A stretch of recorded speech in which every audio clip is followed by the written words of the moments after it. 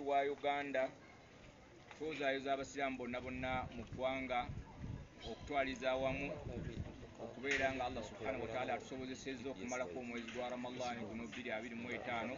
Tusaba Allah subhanahu wa ta'ala akkirize okusiiba kwaffe oluvannyuma lw'okufuna amawulire mu nsonda ezeesigika era okukakasa nti nno omwezi gwa Shawwal gulabise.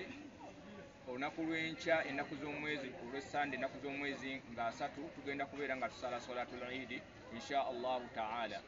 Tukubiriza abasiraamu bonna abatannaba kuwa zakatul fitiri babeere nga bagenda eri banyumaamu baabwe oba abavunaanyizibwa ku zakatul fitiri bagiwe nga Eid tennaba kutuuka kusaalibwa. Senga Eid eneebanga esaaliddwa ejja kuba tekyali zakatul fitiri. Omwaka guno bajja kuba bafiiriddwa okuwa zakatul fitiri nga balinze mwaka mulala, ejja kuba saddaaka ya bulijjo.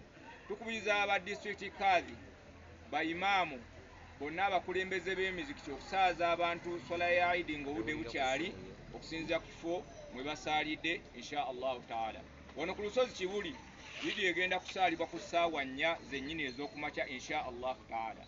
Baganda baffe abakkiriza mwenna mu ggwanga tubakubiriza okubeera nga tutambulira ku nnono gye tubaddeko omwezi ogwa Ramadan, okweyisa obulungi, okwewala amazambi, okubeera abagabi nga bwe tubadde nga tuli mu mwezi guno gwa Ramadan nga tuli bagabi. Tubakubiriza famire zonna eri abaami n'abakyala okubeera abakakkamu.